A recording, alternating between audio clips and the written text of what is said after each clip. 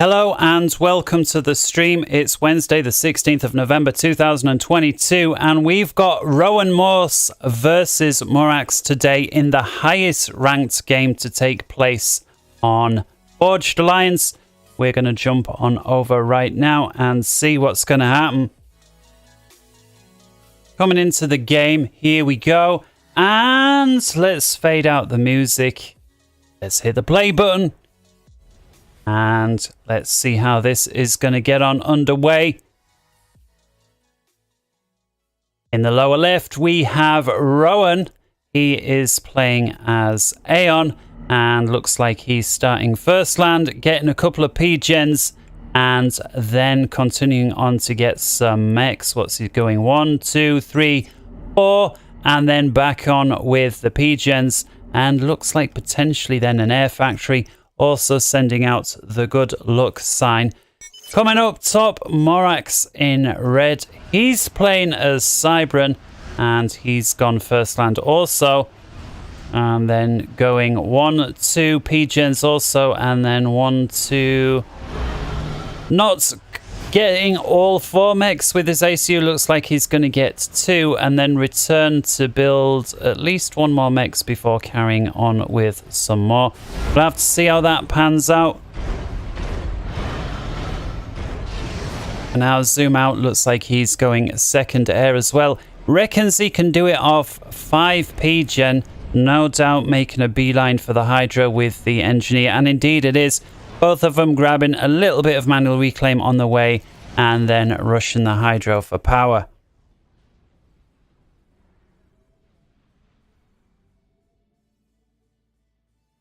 Coming down here, looks like very similar from Rowan. He also going for 2 engineers there on the Hydro. Looks like, again, neither of them bothering to get much reclaim on the way. Hydro, definite priority. One of them then with a little bit of manual reclaim after the fact, but not before.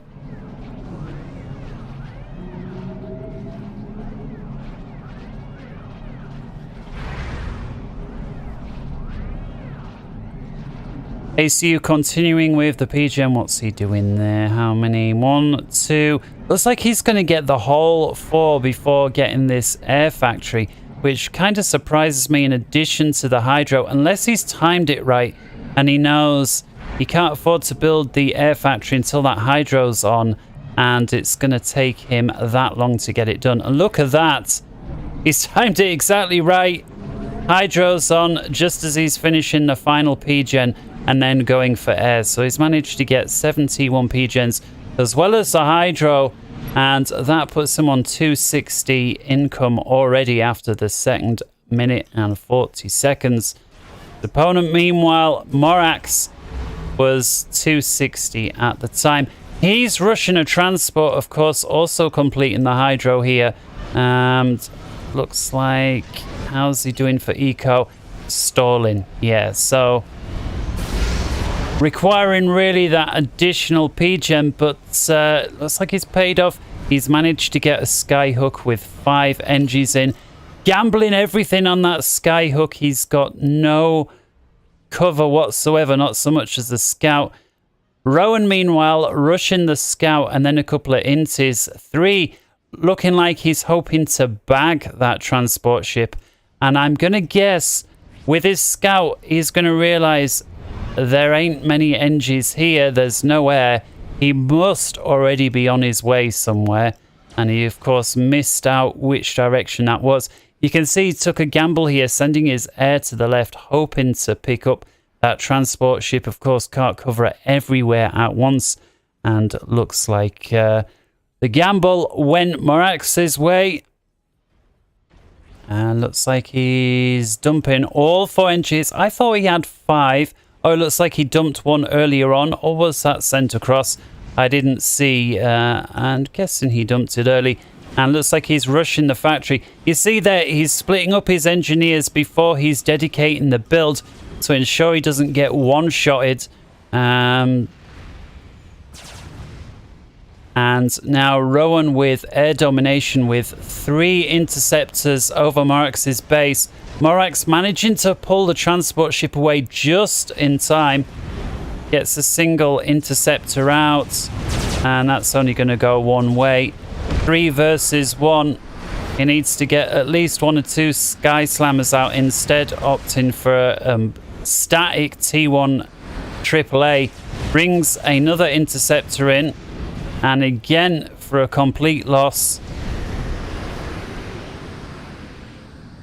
Rowan completely dominating. In fact, Rowan already taking 3 slices of the pizza, including what is rightfully Morax's here, up on the 11/12 o'clock position. He's also got T1 interceptor here. T1 bomber. You can see it's already got the order there to go for this engineer. This engineer dead for naught. You can see Morax recognizing the threat. He's not got air. The only possible unit he can use at this stage of the game is the ACU. He's got his 3 o'clock nicely secured with that nice early drop that paid off, and looks like 5 o'clock slice is about to go to Rowan as he's got his airdrop. So early game, despite the rush by Morax with his transport ship, seems to have favored Rowan, and I can only assume that's because Rowan's early interceptors shut down the ability of Morax to make a second use of the transport ship. In fact, Rowan got a T1 bomber over here, just sat in the rear of Morax's base. Just gives you an idea how busy the players are. As even at this skill level,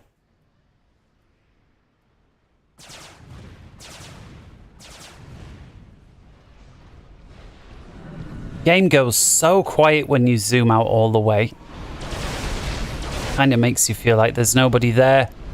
And I'm just wondering, was this a diversionary unit here? You see Morax with a single interceptor.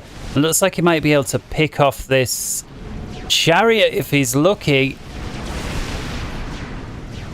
Rowan deciding it's not a priority. And now we've got a couple of T1 bombers here by Morax harassing the base. I don't think he's going to worry too much about them getting shot down. You see this one here with 4 kills. And now with Morax in the 11 o'clock base, looks like we're going to get a 3 slices each split. That's going to give him a little bit of reclaim to take on. There isn't... You know, Rowan hasn't had enough time here to make his investment pay. This, if anything, is going to benefit Morax more because he's got a couple of land factories worth of stuff to reclaim. It's a minor thing, but you got to realize it's early mass invested by Rowan that is going to Morax. And so at this stage of the game, it's benefited Morax. So you can see he's moved in with his transport as well, getting in the rear, getting his engines in the mass-rich areas. In fact, if we zoom out, I do like that it clobs together. You can see here we've got 800, 600, 600. And so you tot all of those with the smaller ones. You've got thousands of mass just in these little wrecks around near the side of the hills there. I mean, when I say thousands, it's the low thousands, but it is the thousands. And there we go, Morax managing to pick off 2 engineers as they were trying to make a run for it. And that's going to be that. He is continuing to press with a solitary engineer. I can't believe he managed to hold on to that chariot with 68 hit points. So we're starting to get a bit of a static game here after 8 minutes.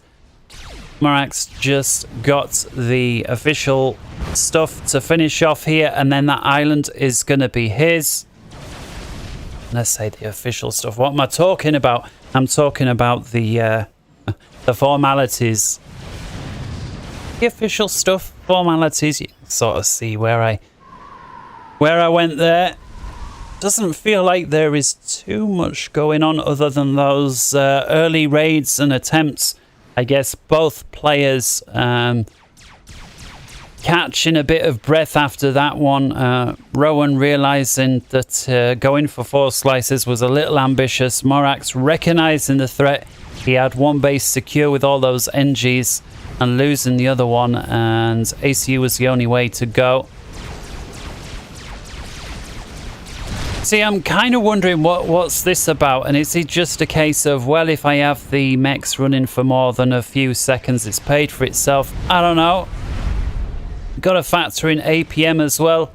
I'm guessing it may be more efficient just to have the engineer reclaim rocks, less APM intensive, and I'm going to guess that you're going to get more for it.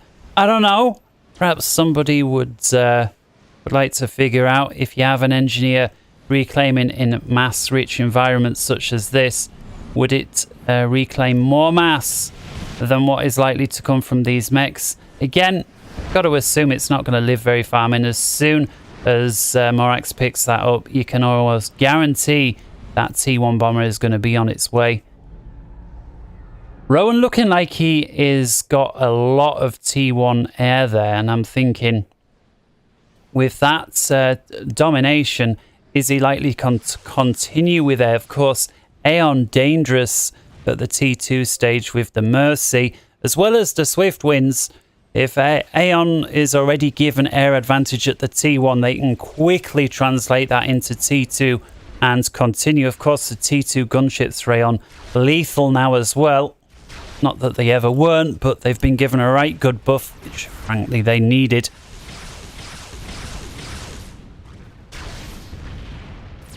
That T2 gunships is something that you don't see many people using too much, although I am seeing it a little more of late, but for the longest time it wasn't really used.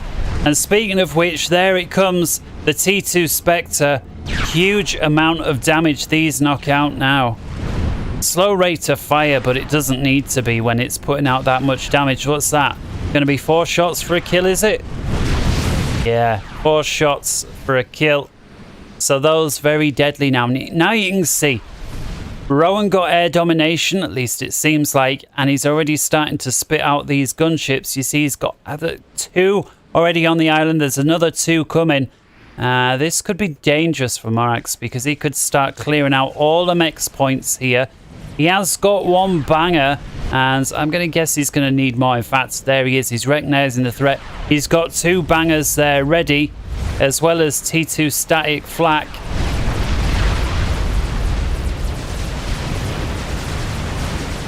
Although Morax was slightly more T1 inties than I thought, and with a lot of Rowans on bingo, this may go Morax's way. You can see he's desperately trying to retreat to where he's got air cover. And now that he's there, he's starting to make the fight. There's a load more bingos coming over here. Looks like Rowan recognizing, no, there's too much static AAA there. I'm going to go the other way and pick your stuff off over here. And does so. Meanwhile, Morax going into the Navy. He's the first to get ships out. He's got 5 naval yards. He's spitting out T1 everywhere. I think Rowan, not wanting to get locked out, does manage to get a solitary Navy yard out, but that is not going to be enough. Is this going to be an air versus Navy type game? We'll have to see. Incidentally, guys, I didn't mention, or failed to mention, both these guys are neck and neck. 1775 rating Rowan, 1767 to Morax, and again, very top level guys in the 1v1 ladder sense. Morax, of course, featuring prominently on casts over the years with many different channels. Looks like Rowan here causing a lot of bother with these T2 run-bys, and it looks like Morax does not have the ability to deal with it in the same way that Rowan was able to deal with those run-bys using gunships.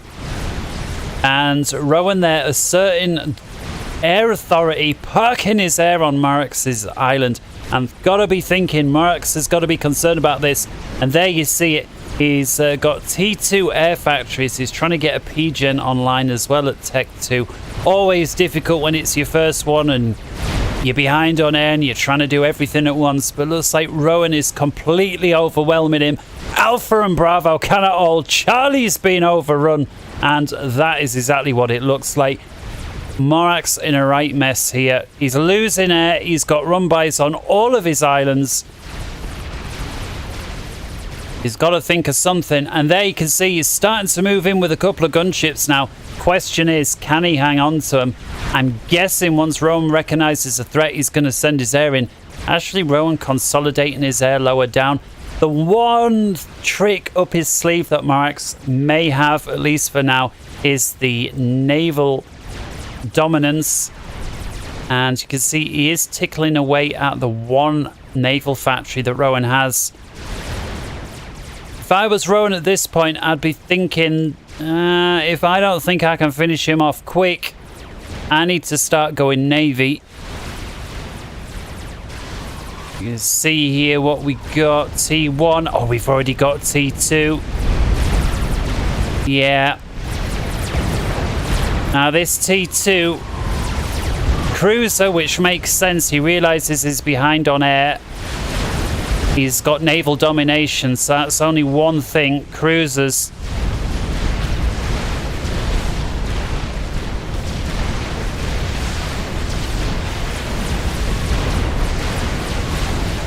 And I wonder if he's going to roll the cruiser around with his gunships, using his gunships as bait to get Rowan's air in, and then the cruiser to finish it off. We'll have to see.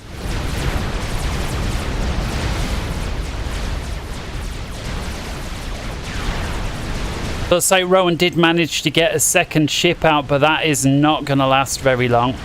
Morax with vastly superior numbers here did somehow lose one. Perhaps that was to some airstrike or something else. I find it difficult to believe a 5v2 managed to kill one ship at all. Perhaps it was already badly damaged. We do got Rowan moving in with the gunships, and I'm guessing gunship one-on-one with these frigates is going to beat it any day of the week. Although the frigate's actually putting out more AAA damage than I remember. I don't know if because the AAA on those frigates was basically useless. It was something that shot down T1 scouts, and that was about it. It does look like it's been given a bit of a buff since I played, which was, again, many moons ago.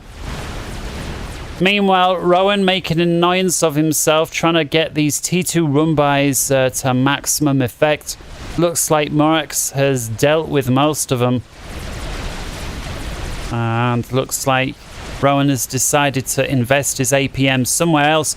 He's trying to get more naval yards spammed up, but no sooner has he got these up, we've got the T2 cruiser flanked by a bunch of T1 frigates moving in. That's going to be the end of that, unless Rowan can come out with some sort of airstrike immediately.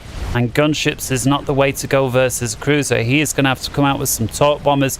You can see he's got engineers down here where he can, trying to get naval yards down over here as well, recognizing that if he doesn't get naval yards soon, this is going to evolve into, from a mild annoyance into a major issue.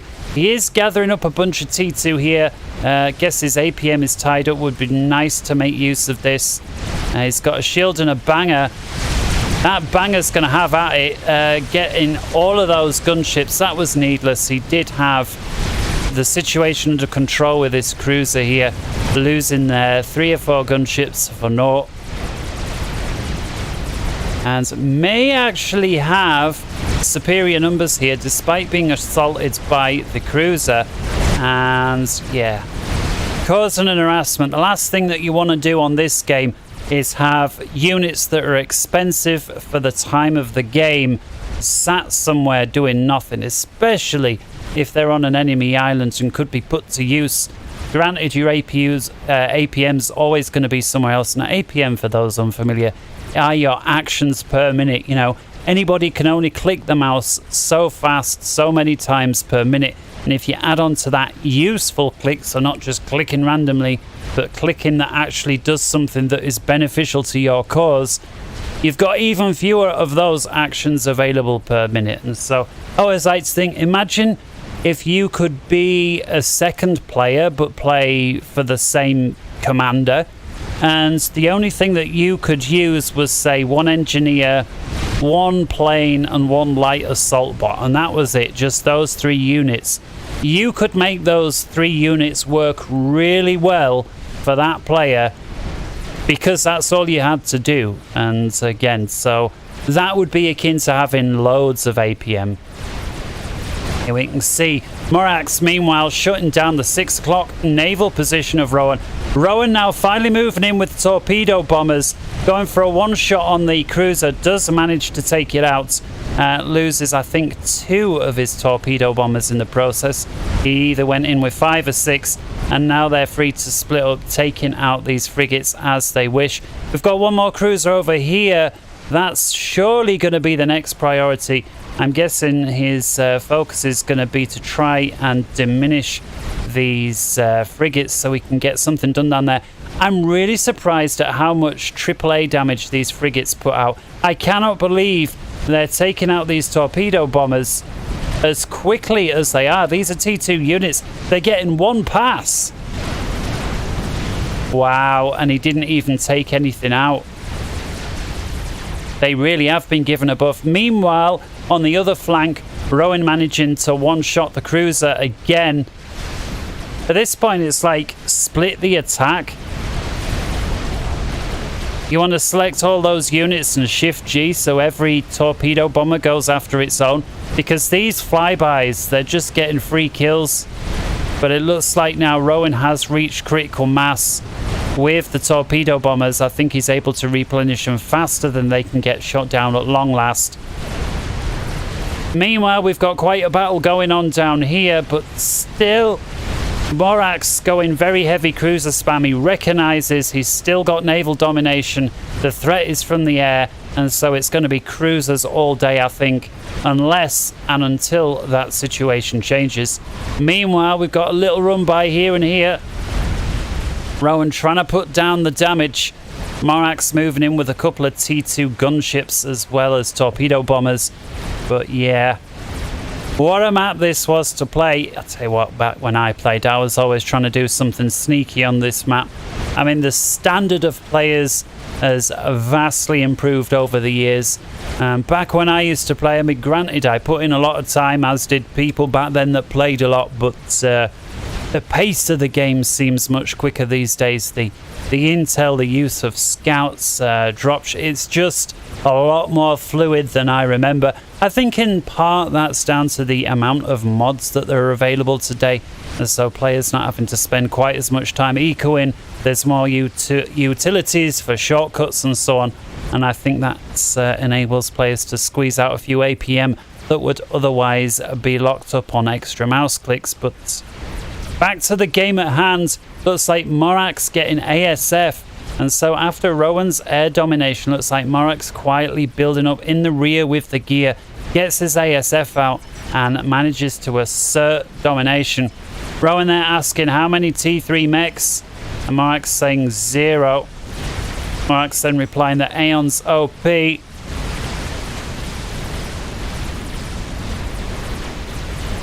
Can't stop the hover tanks, Morax is complaining. He's of course referring to the Navy fights here.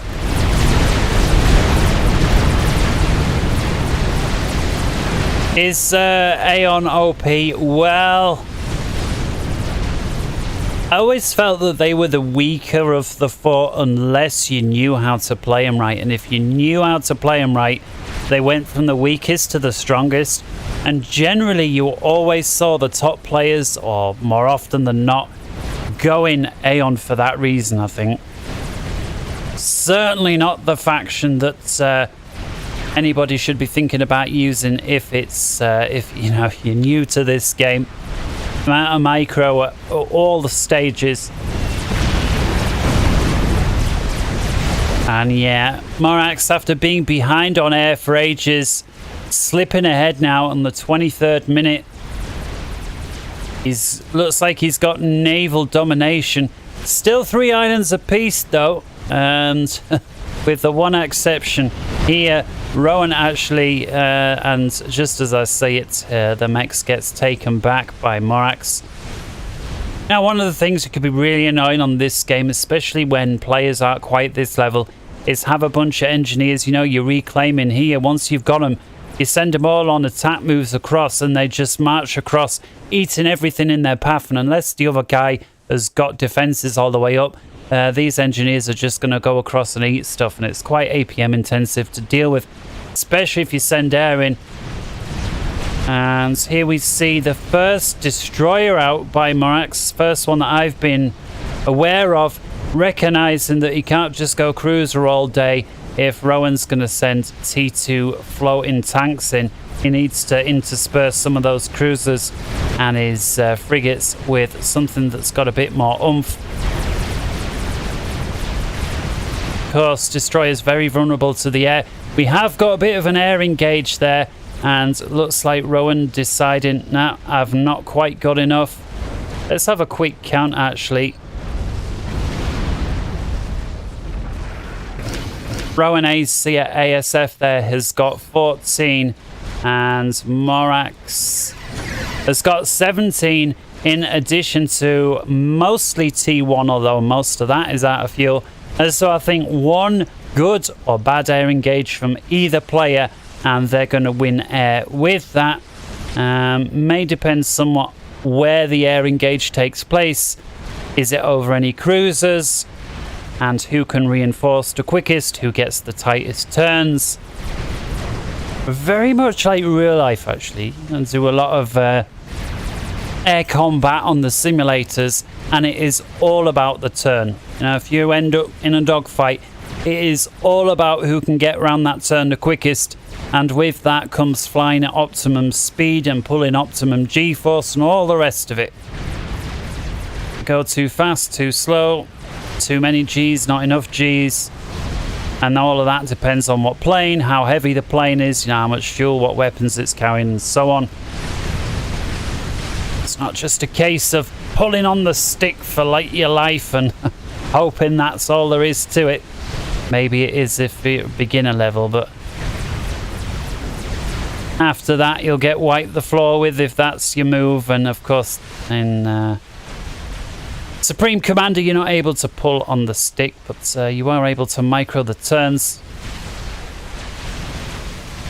Morax, at least for now, looks like he's still dominating with air, but Rowan here moving in to intercept. He's got a bit of a screen with an interceptor there.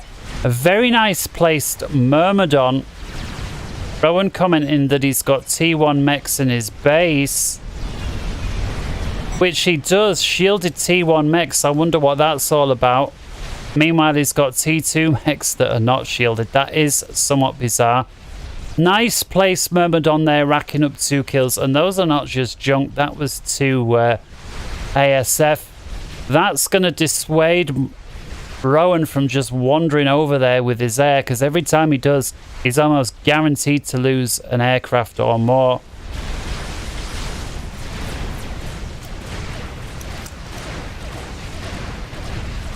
Morax there saying getting games is the most challenging part of this game these days, which is, you know, for a game that's as old as it is, the fact that it's still getting as many plays as it does is incredible. Clearly at the higher level we have seen a drop off.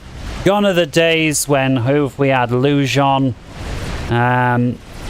Ridley, Mephi, or Mephistophile as he used to go by, I think. Oh, who else did we have? Oh, so many players. Looks like Rome with a bit of a counter-attack now with the air. It's seesawed a little bit, and Morax throwing out the GG. Wow. I did not see that comeback coming.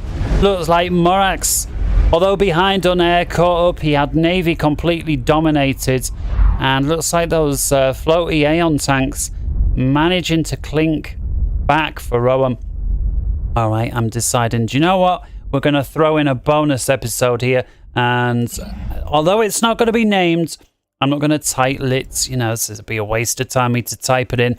I'll just tell you, it's Test Play versus BRS DCC 97, also going down on pizza. It's a 93% rated game, lasting for a similar amount of time. I think I've got it in me to get this further one out. And so let's come over straight into game capture, and we'll see what's going to go on here.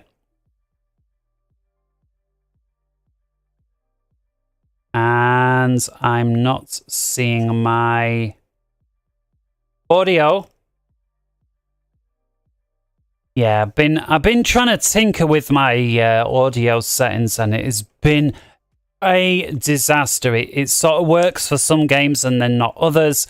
It all depends on, can the game in the setting force the audio to go to a certain output, and Supreme Commander does not have that luxury. You can force it using Windows, but it's for some reason not as reliable.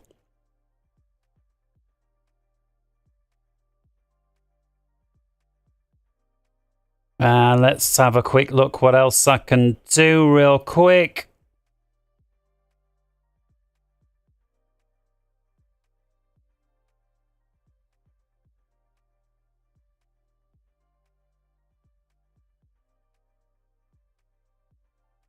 Right, this is a right disaster. I'm going to have to pause it real quick just while I see if I can get this sorted. And then, of course, it sounds like I'm talking twice. What a disaster.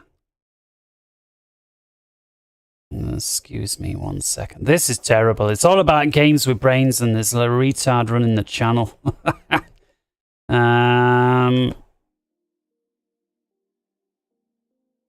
All right, what about now? That at least sounds no longer like I'm echoing. Why are we still not getting the game sounds in? All right, settings. What a disaster. I'll tell you what, we're going to leave the cast there, and I will set up a new one for test play BRS DCC 97, so I'll see you in a moment.